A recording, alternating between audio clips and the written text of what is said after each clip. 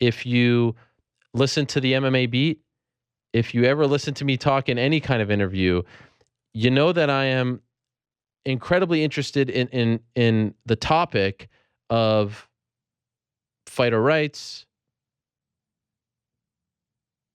revenue sharing, collective bargaining, the business side of MMA. You know that I've talked about, different groups trying to either be associations or unions, bringing the fighters together, having a seat at the table, the TV deal coming up, what piece of the pie, if any, the fighters will receive. I mean, I've talked about this on this show and The Beat and other programs ad nauseum at this point.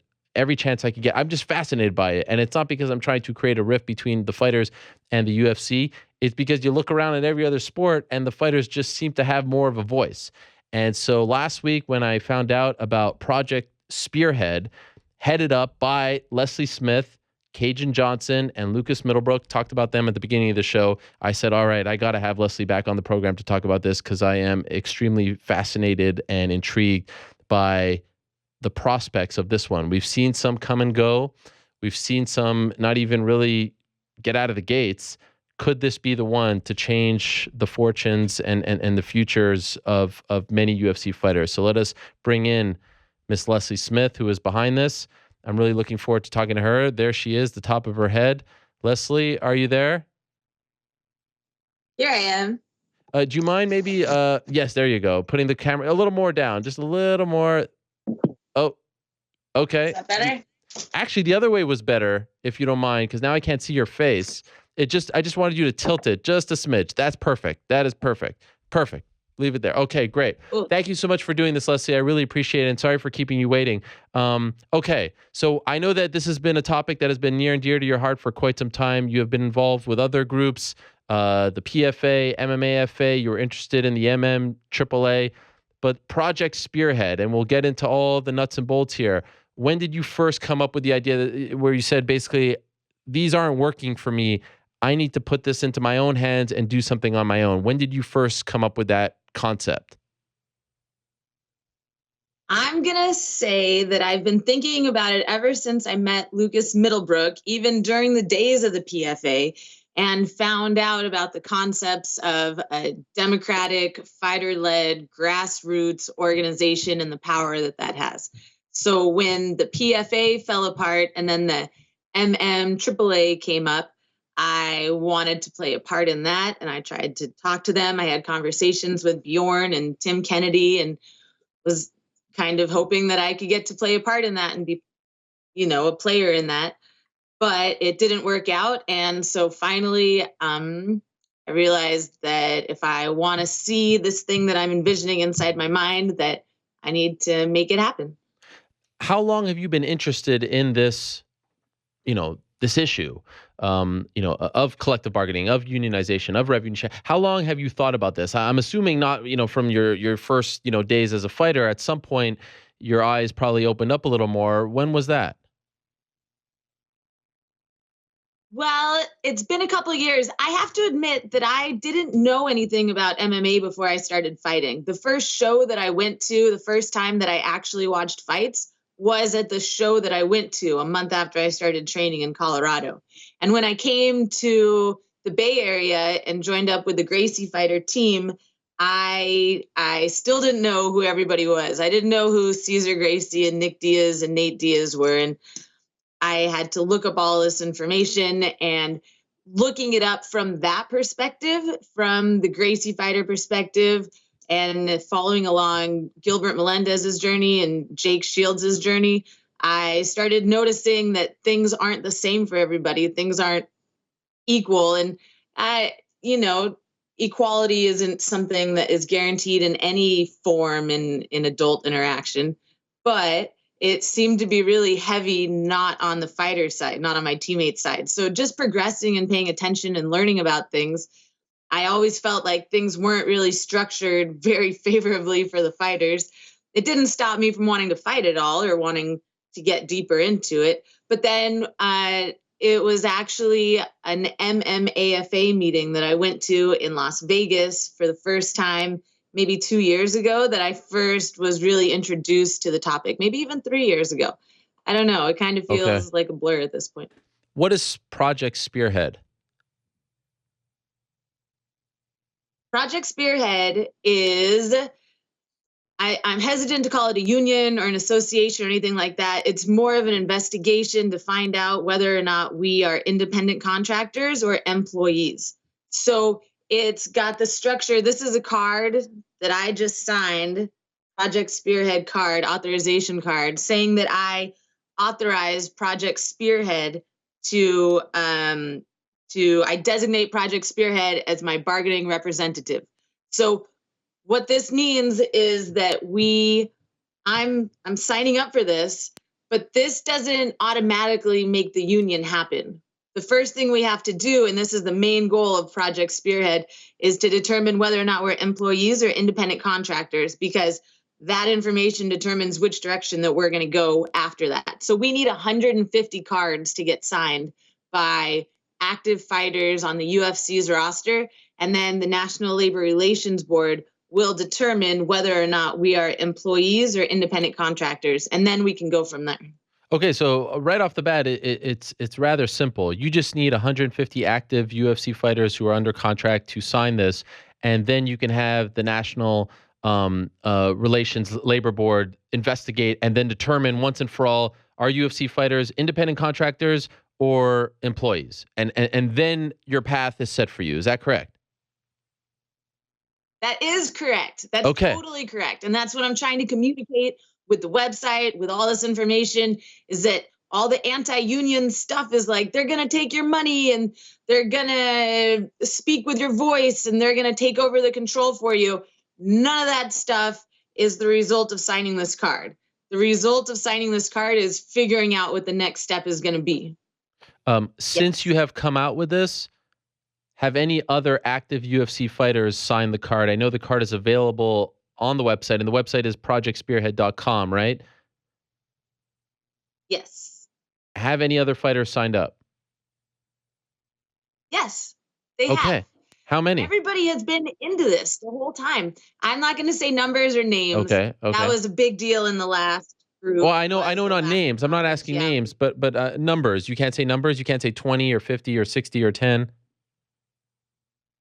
Technically, I can. I'm very capable of it, but Okay. I'm going to abstain from talking about numbers because even though I want to take advantage of social media and all these different ways that we have of communicating, what with this being 2018, I still think that it's important that we keep a lot of the information close to home.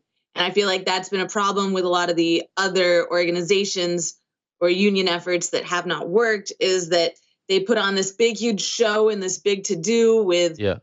press conferences and fielding questions and scheduling things with reporters. And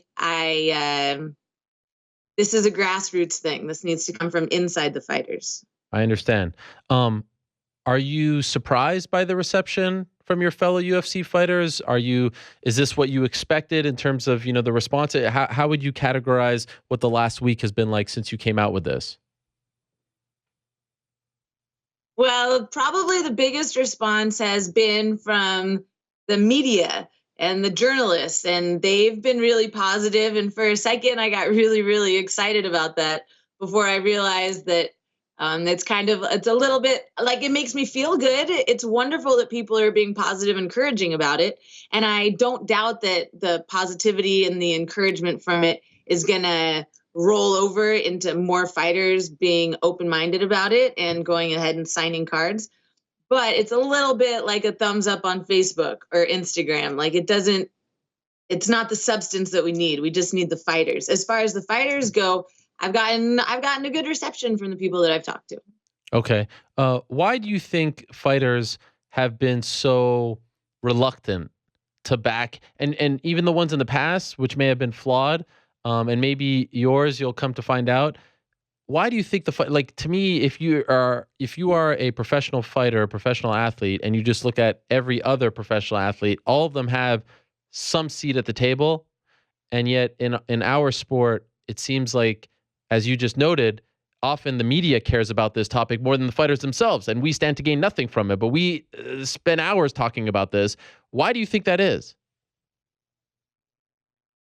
My guess at this point is that in order to be a very successful MMA fighter, a person has to get very good at delegating.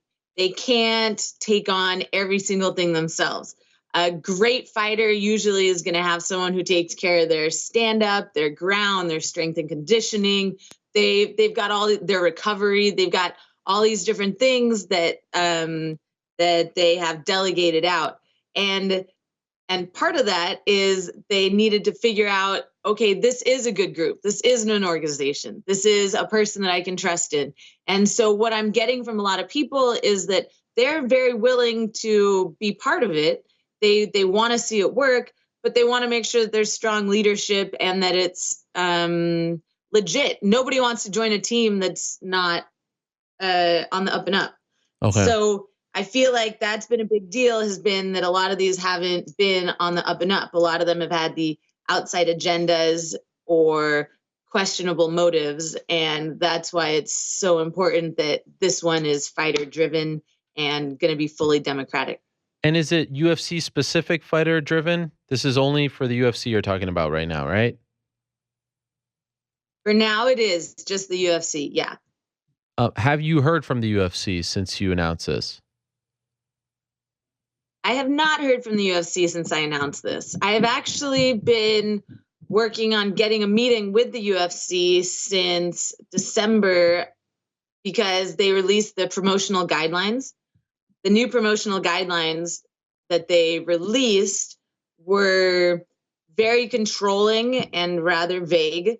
And I had a lot of questions about it. And so I've been working on getting a meeting with them about those questions for quite some time. I sent you the questions, but no, we haven't made it happen. First, I was supposed to talk to one of the guys. He passed it off to another person and asked that I send him my questions ahead of time, which I did. And then I got that meeting got pushed back as well. We rescheduled another meeting with Hunter Campbell, the like the attorney for the UFC. General counsel, yep. And general counsel, yes, you're right. That's the term I was looking for.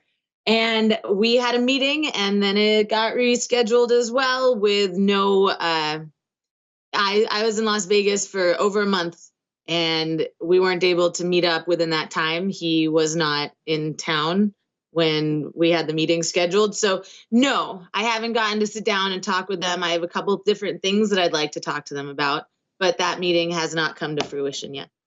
Do you think it will come to fruition even before you get these 150 signatures that you're hoping for, or do you think that they're just going to wait and see and kind of try to put this off as long as possible? We'll see.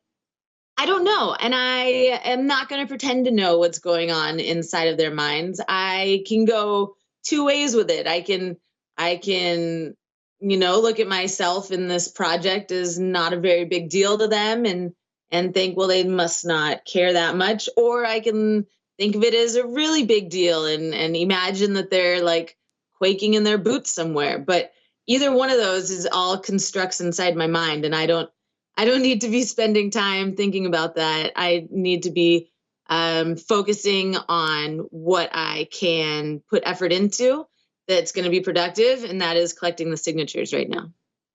I don't know if you saw this. I feel like you did. I feel like your group and any group out there scored a big victory over the past week. The UFC is currently in the midst of an antitrust lawsuit, right? And one of its lawyers, it has been revealed by I think several journalists, and I want to give credit to the one who got it first. Maybe was it John Nash or was it Paul Gist? It was one of those journalists who have been covering this very well. Maybe it was for Forbes or Bloody Elbow. In any event, one of the lawyers for the UFC essentially admitted that it is not fair to compare what the UFC fighters make and their rights to other sports because those sports have unions. They all have seats at the table. They're more organized. And so over here in our sport, we're sort of playing by a different set of rules. And to me, he was essentially admitting that it is more valuable for the fighters to be organized, but for whatever reason they're not. So, all right, we can't, it's apples and oranges. Did you see this and did you take it the same way? Yeah, I totally took it the same way.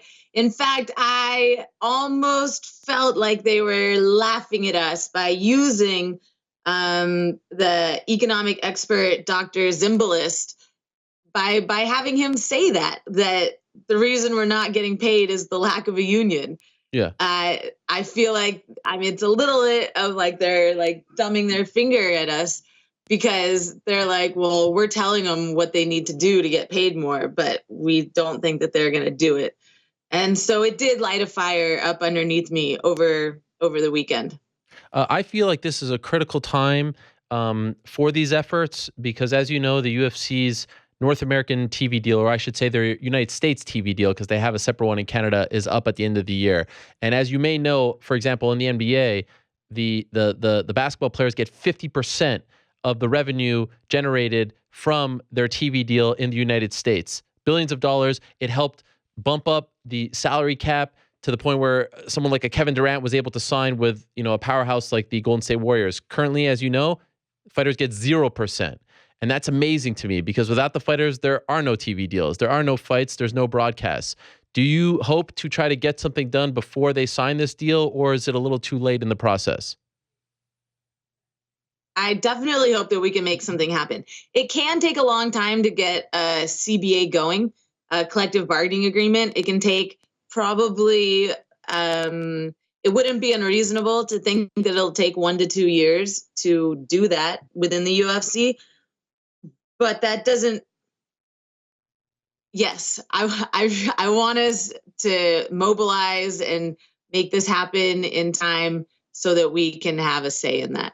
I don't know if, I don't know how that's going to work. I don't know how the timing of it's going to work. I don't even know if we are going to be able to form a union yet because we need to get past step one. Sure. Maybe, I doubt it, but maybe we will be determined as independent contractors. And then we'll have to take up a whole different plan of attack.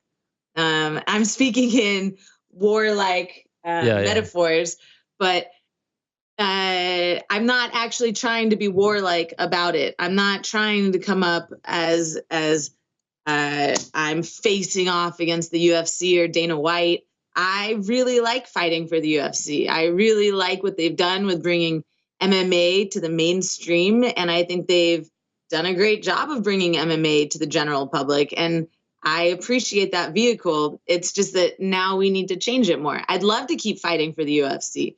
I think that a lot of people, or at least the feedback that I get online, is like 1 out of every 10 or 11 encouraging comments is, there goes your contract. So you're asking to not keep fighting. So you don't want to keep being here.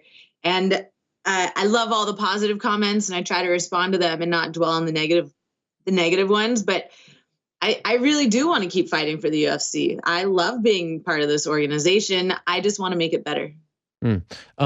At this juncture, you are a part of the UFC, and that is what makes this so commendable, in my opinion. Are you worried that your job is sort of on the line when you fight again, in April? Do you feel like this makes you even more expendable, or do you kind of feel like, now that they can't get rid of me now because I'm sticking people will think that they're getting rid of me because I'm a part of this. So this is actually kind of brilliant.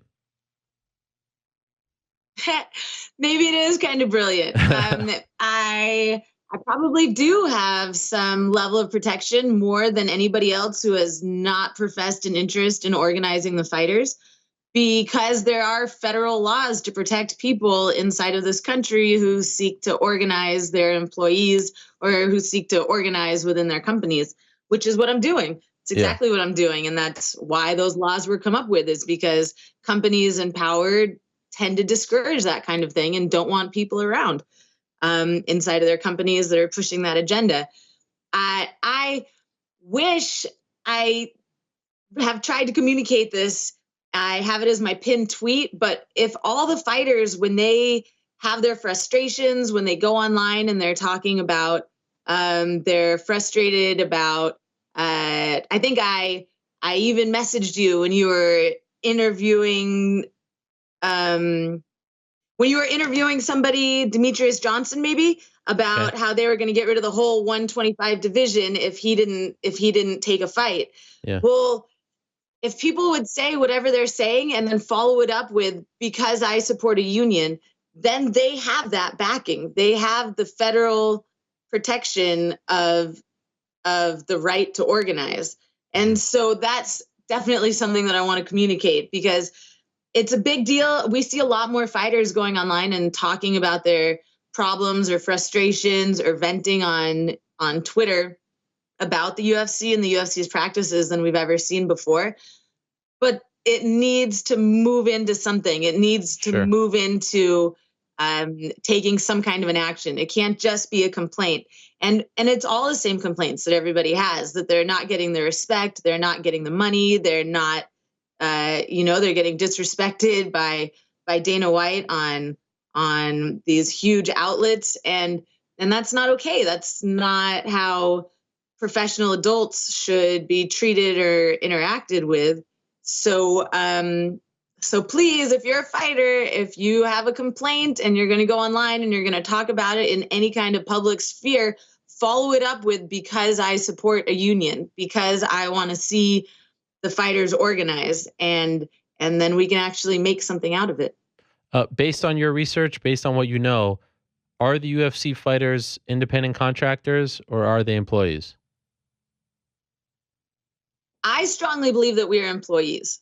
Strongly believe. In fact, the promotional guidelines that just came out show an astounding amount of control. That's definitely something that when we get to that point, we will be entering as evidence of one of the reasons that we are employees. So exotic dancers and FedEx drivers are just two examples of people who have realized that they were being misclassified by employers who didn't want to have to pay into the taxes. They didn't want to have to pay into the benefits or,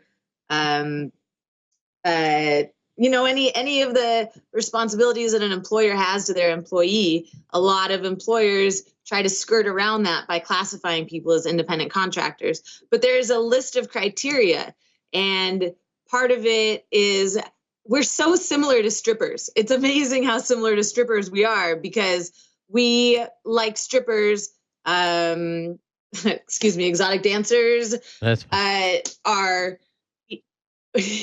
we use the UFC's equipment.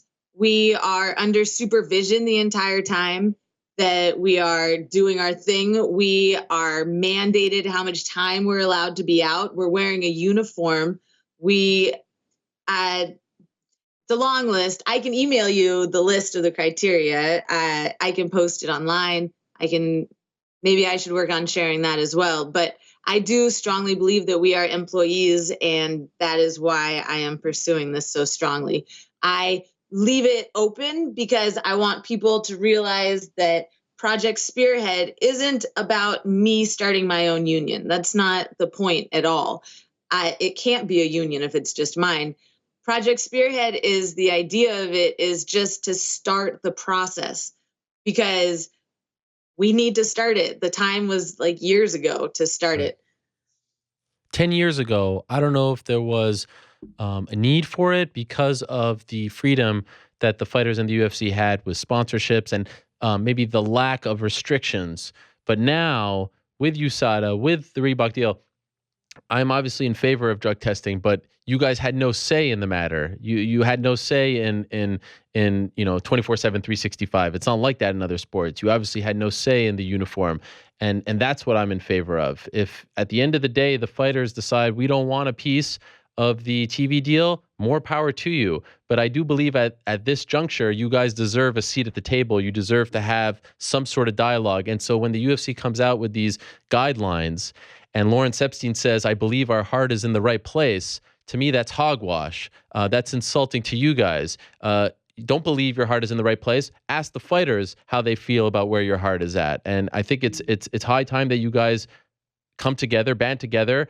And one thing I'd love to see end yesterday And I know it's hard to police all these fighters, but every time a fighter calls another fighter the B word or says you fight like a girl, I want them to think about you and the kind of balls that you have, what you're doing to spearhead something like this, pardon the pun, to stick your neck out. Cajun Johnson, with all due respect, and I'll say it to both of you, the UFC can cut you guys tomorrow and they're not going to lose a penny, right? They're not going to lose a penny. They're not going to sell a ticket. But you guys are actually fighting for other fighters who are making more money than you, sticking your necks out, actually fighting for rights. And you're the ones who are expendable and not them. And you're putting your neck and reputation and livelihoods out there. It is so commendable. It is inspiring to see what you guys are doing. Even at the end of the day, they decide that, okay, you don't get a chance. The fact that you're actually going out there and fighting it and trying to get this done and stop complaining and actually trying to do something about it, I tip my cap to you. Well done. Well done to you. Well done to Cajun. Well done to Lucas.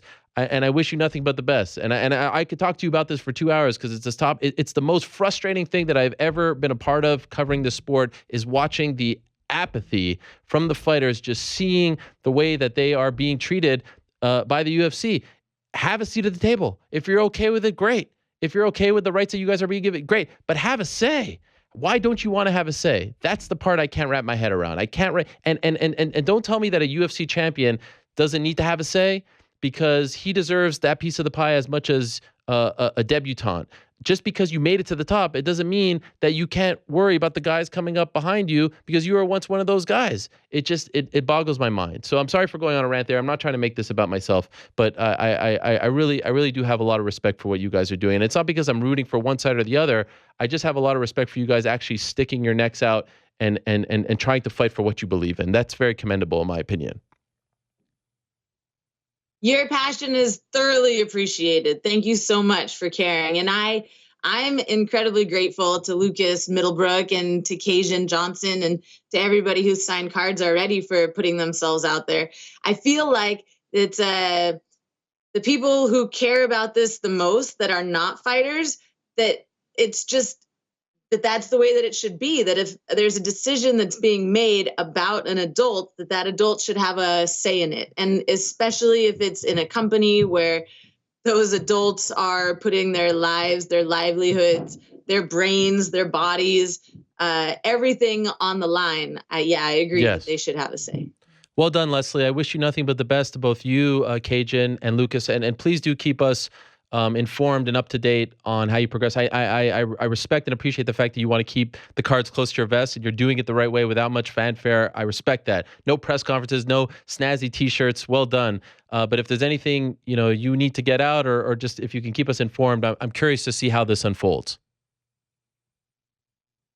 Awesome. Thank you so much. I will definitely keep you in the loop.